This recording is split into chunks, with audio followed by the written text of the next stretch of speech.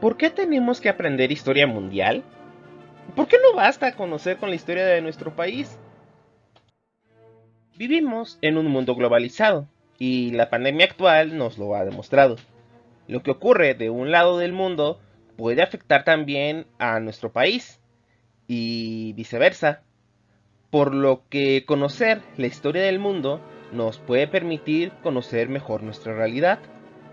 Pero ¿no bastaría solo con leer el periódico o ver el noticiero todos los días para eso? ¿Por qué tengo que aprender la historia de cientos de cosas que pasaron mucho antes de que siquiera yo naciera? Incluso hasta de la prehistoria. Esos güeyes ya se murieron hace millones de años. ¿A mí qué? Bueno, eso es justo lo que en este video vamos a tratar de analizar. ¿Por qué aprender historia mundial?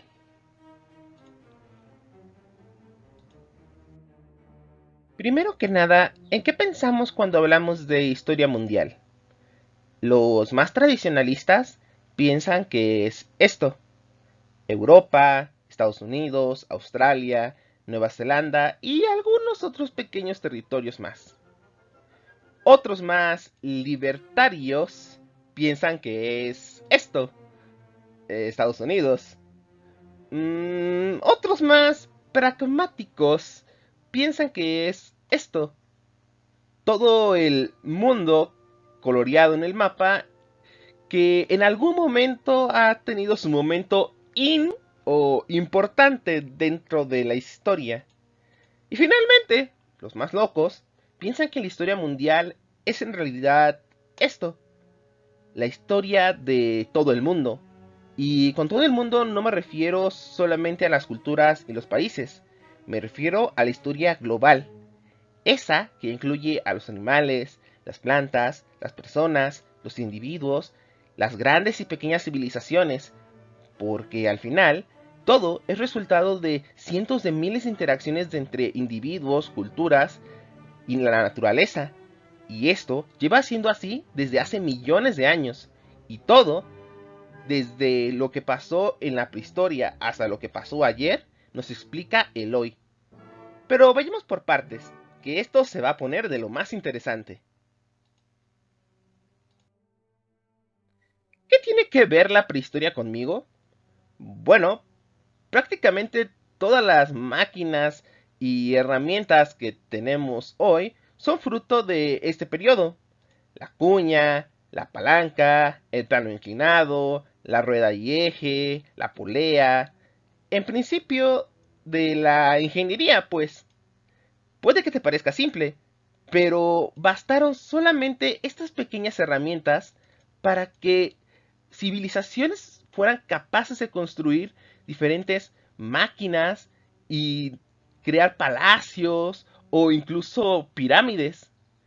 Incluso algunas se dieron el lujo de desarrollarse incluso sin algunas de esas herramientas, como la rueda, tal como fue el caso de los pueblos indígenas en México. Espera, ¿me estás diciendo que una de las más grandes civilizaciones de América no conoció el desarrollo de la rueda y los ejes a pesar de ser algo tan simple? ¿Panda de ineptos? Pues no, la cosa no es exactamente así. Y aquí es cuando entra en juego nuestra querida amiga, la naturaleza.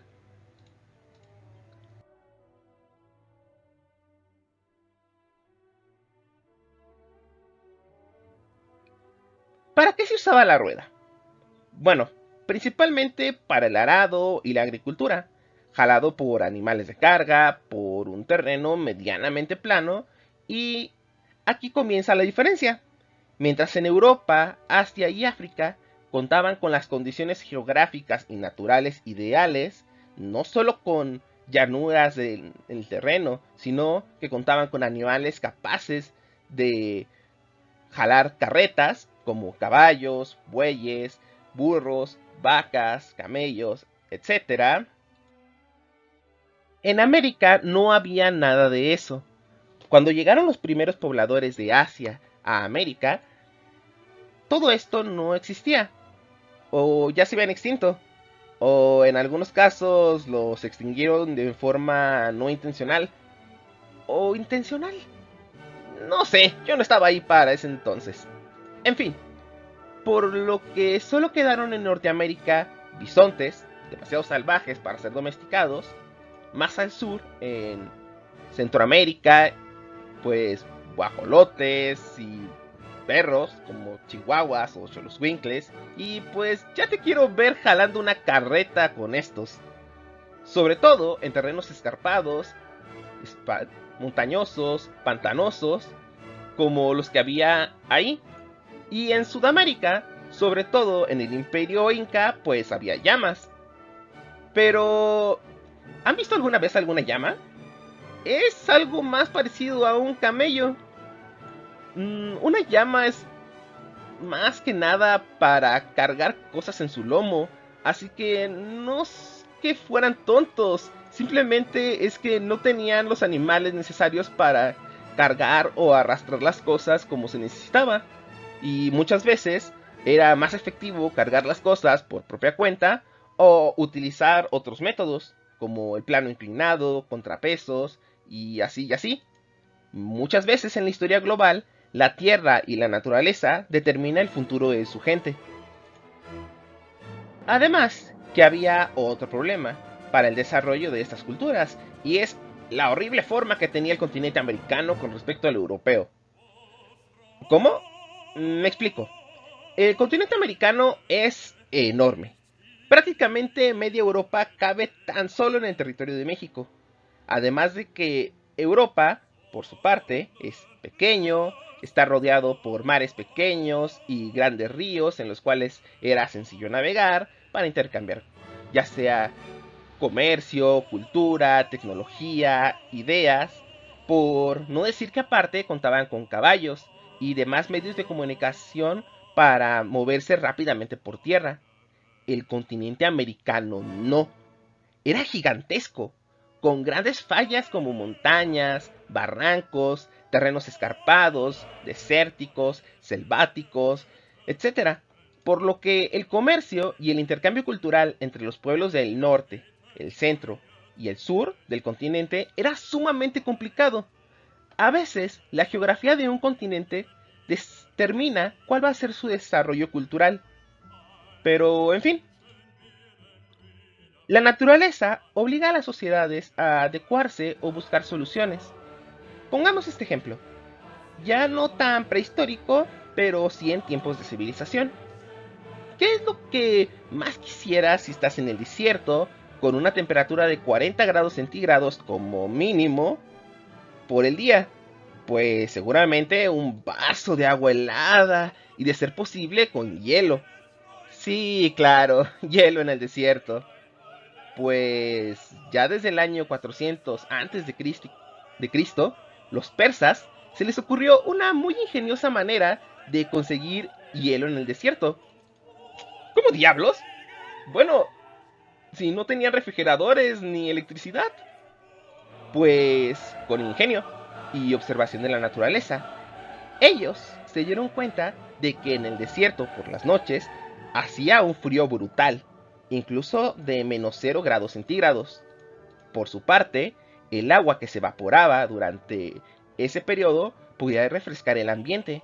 Así que, bingo, se les ocurrió una manera de crear una estructura llamada foso de hielo que aprovechaba este fenómeno de la evaporación del agua a través de acueductos subterráneos que conseguían crear lo imposible, hielo en el desierto.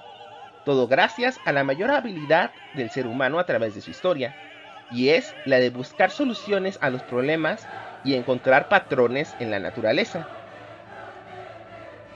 Sí, esa habilidad de encontrar patrones en la naturaleza es bastante antigua, pero no siempre funciona, porque bueno, el ser humano busca patrones incluso donde no los hay, y trata de darles una explicación dentro de su entendimiento y su realidad. Y si tú eres un hombre primitivo, que solo puede ver el mundo, las estrellas, los planetas, el sol y la luna, y cómo estos se mueven alrededor de ti, ¿qué es lo más fácil de pensar? Bueno, que todo lo que está allí lo puso Dios, o que son los propios dioses quienes nos vigilan desde ahí, desde el cielo. ¿Así?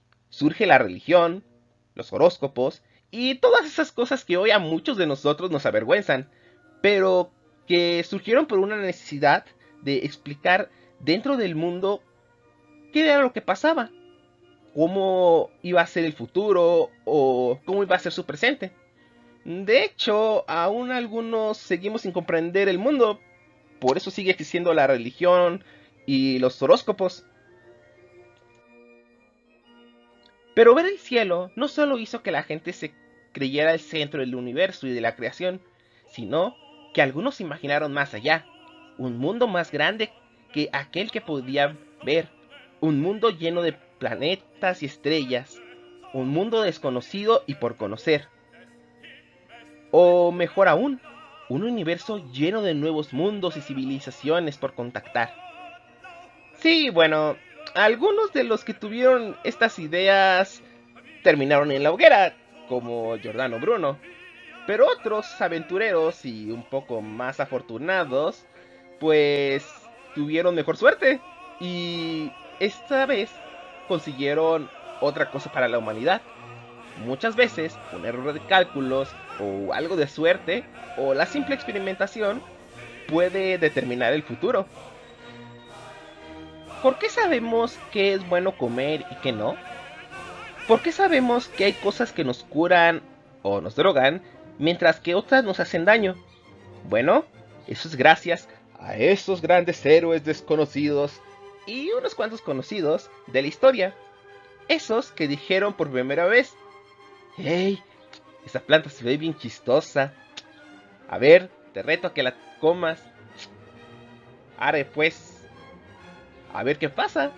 Si me la como o si la mezclo con esto otro. Y después de ver si el experimento de su compañero científico funcionó o no, si se murió el vato o si se la pasó a todo dar, así surgió la química, de base de nuestra bella cocina, de nuestro interés de descubrir nuevos sabores y soluciones para el malestar. Pero recordar las recetas de cocina nunca es fácil. Hay que apuntarlas para que siempre nos salgan iguales, sobre todo por las cantidades. Y es aquí cuando aparece otro de los más grandes inventos de la humanidad,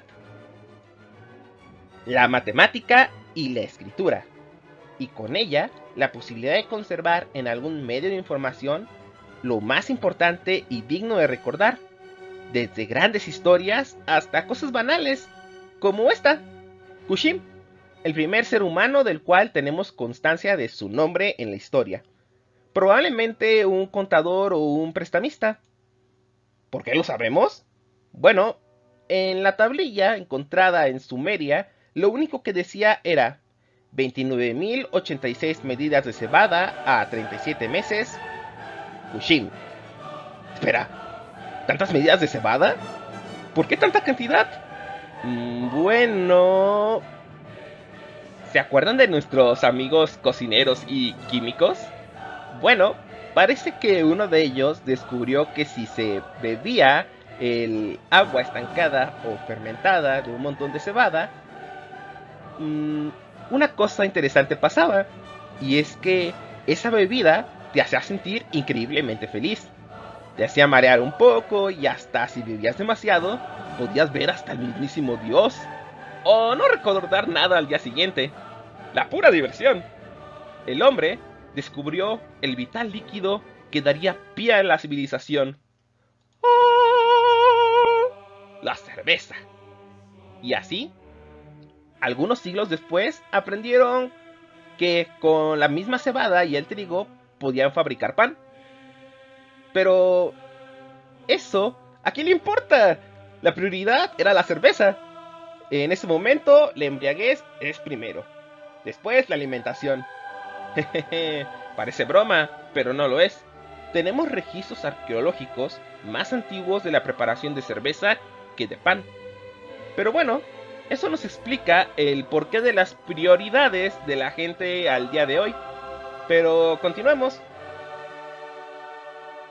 Pero tanto tiempo libre, claro, para los que no estaban sembrando o cosechando, les dio tiempo a la gente de hacer cosas locas, como construir unos triangulotes gigantescos a la mitad del desierto.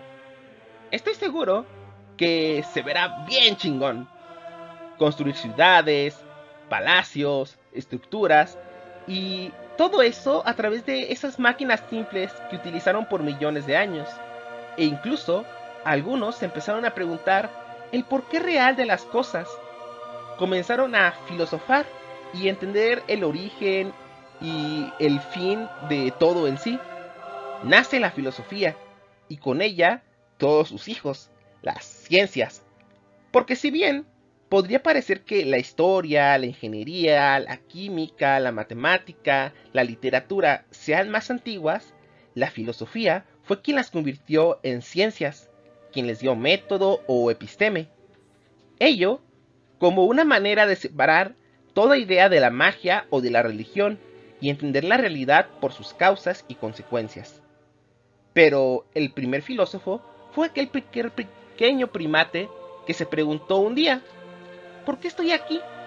Y trató de llegar a una solución.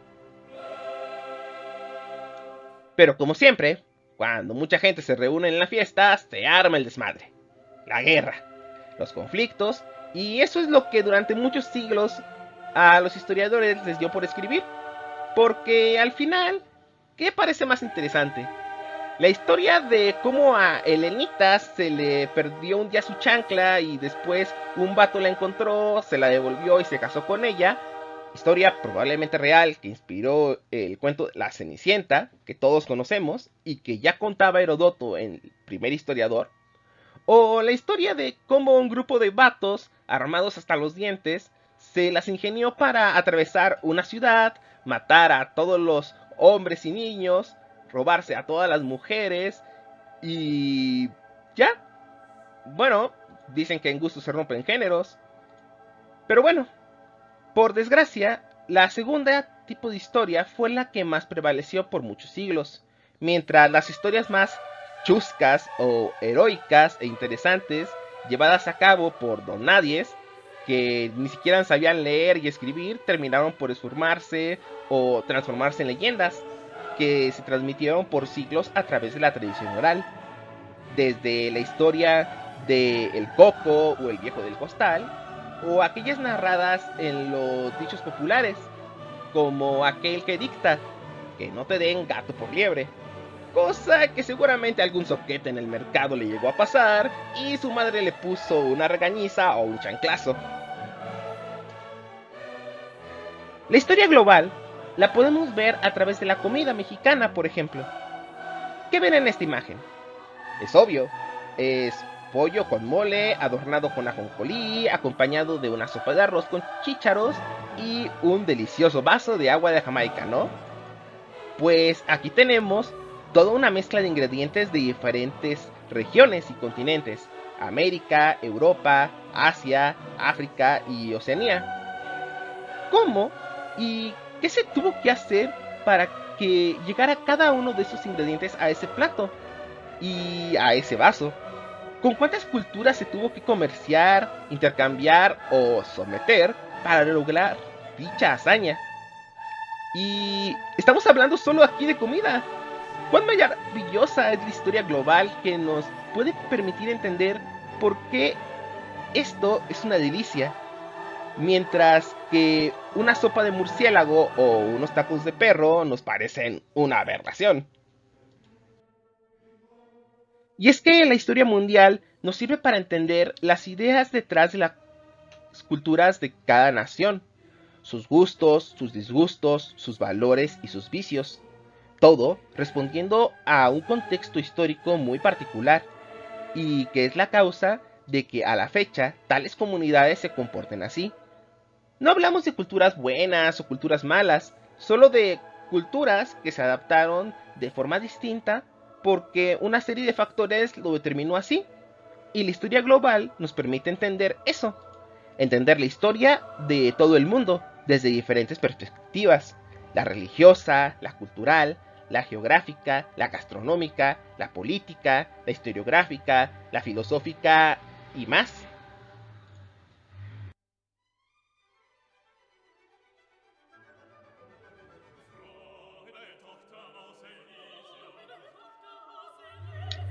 Todo en la historia mundial es interesante, solo hay que saber dónde buscar. Saber que existen muchas versiones de lo que ocurrió. La versión del vencedor, la versión del vencido, del conquistado y el conquistador, la versión de la abuelita Josefina, que le contó su bisabuela Micaela, de cómo le tocó ver que levantaban a los jóvenes en la leva, o la historia de Don José, de cómo en el acta de denuncia se dicta que le dio 20 puñaladas con su asadón al cabrón de su compadre, porque aparte de chingarse a su vieja cuando se fue de revolucionario, el maldito se gastó todo el dinero que tenía vendiendo las vacas en alcohol y ni siquiera le guardó el muy infeliz. Bueno, esta historia es ficticia, ¿o no?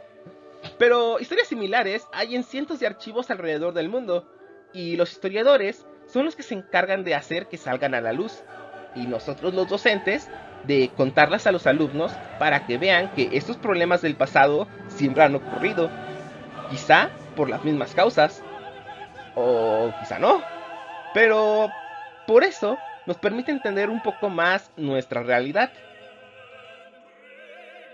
La historia global también nos enseña que la naturaleza puede fastidiar hasta la mejor civilización o el mejor plan militar de acción, desde erupciones volcánicas brotando y destruyendo una ciudad por completo del mapa, tsunamis que en tiempos distintos salvaron a los japoneses de ser masacrados por los mongoles, el invierno ruso salvándolos de los franceses y los alemanes, la erupción de un volcán en Islandia causando sequías en Francia, motivando al pueblo a luchar contra sus gobiernos para reclamar alimento, o cuando en 2017 un huracán llamado Irma dejó a Antigua y Barbuda básicamente solo Antigua, cuando la isla de Barbuda quedó prácticamente desierta por los severos daños causados por el fenómeno. Así que durante la historia tenemos cómo la naturaleza a veces dicta el destino de los seres humanos.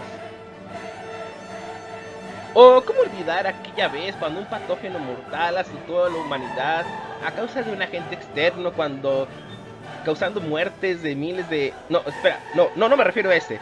Me refiero a... Bueno, no, ese sí, pero tampoco. Quiero hablarles de la peste negra y de cómo esta influyó en la humanidad y cómo contribuyó al arte mismo. De hecho, si les interesa este tema, tenemos un video en nuestro canal, Arte por Peste. Cómo morirse contribuyó al arte, mismo que pueden encontrar en las tarjetas al final del video de la descripción. O... Cierto, ¿cómo me puedo olvidar de ello? ¡El arte!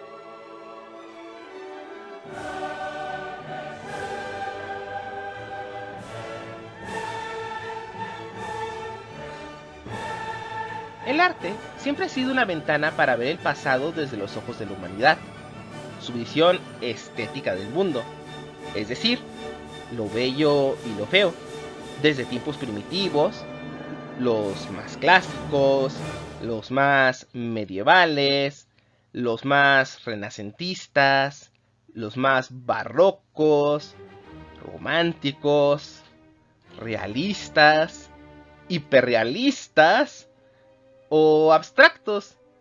Y... un momento, ¿qué demonios es esa porquería? ¿Cómo demonios es que pasamos de esto a esto?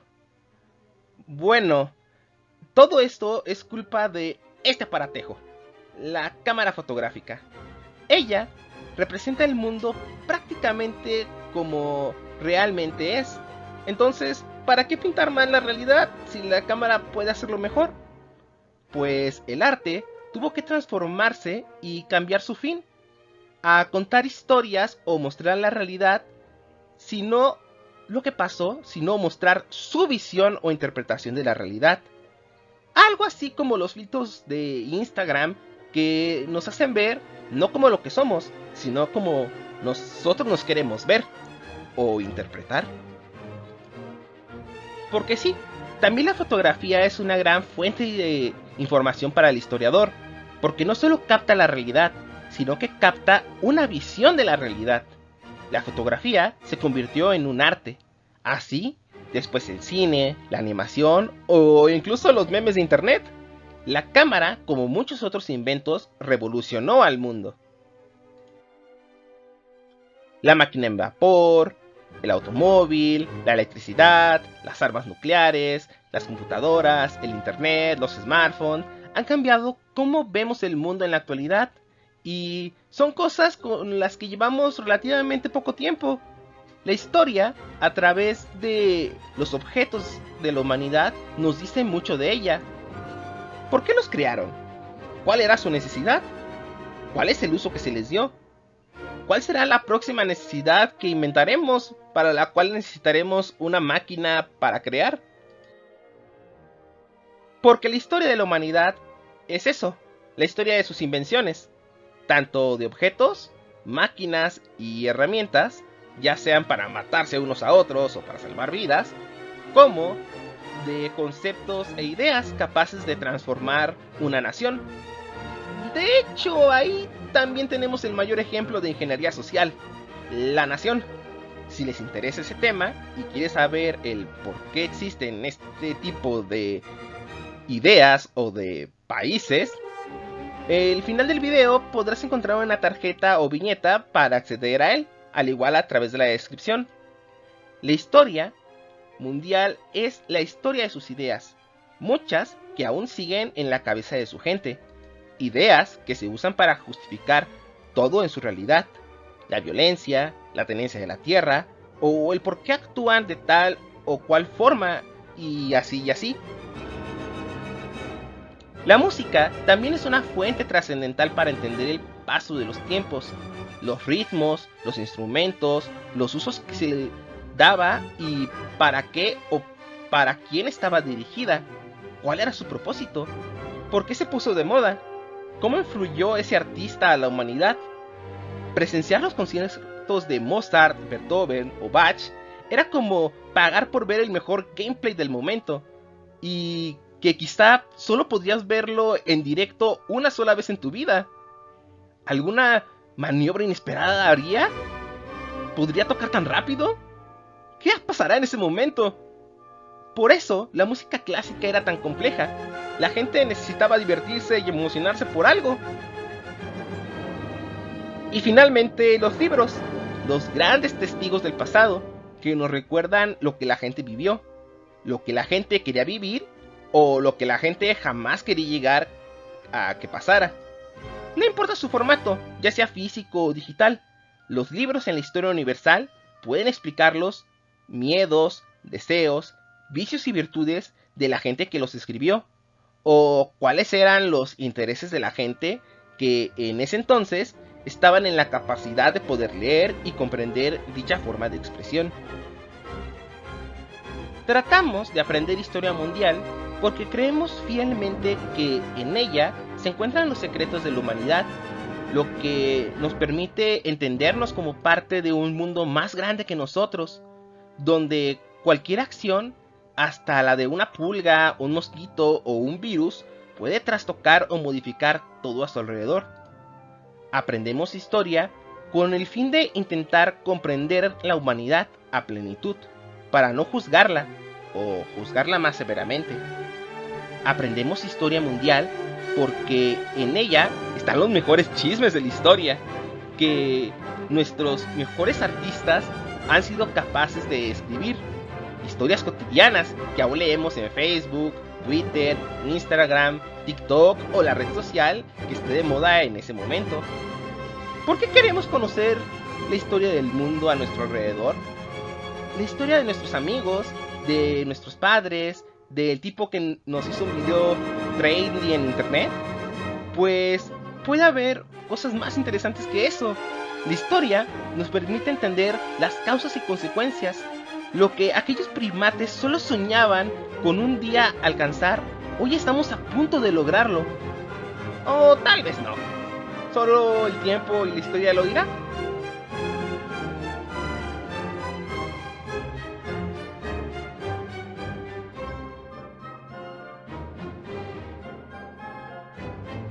Y ahora la pregunta es para ti. ¿Eres profesor o alumno de historia en esta materia? ¿Te gusta la historia universal? ¿Qué es lo que más te gusta de ella? ¿De qué te gustaría conocer más? ¿Crees que la historia universal es realmente útil o solo está ahí para imponernos una forma de pensar? Y eso es todo por hoy. Gracias por ver el video. Si te gustó, por favor, dale un like, compártelo. No olvides suscribirte, publicamos videos sobre historia, arte y cultura siempre que nos es posible. Si quieres apoyarnos, suscríbete y no olvides activar la campanilla para recibir notificaciones cada que subamos un nuevo video. ¡Hasta pronto!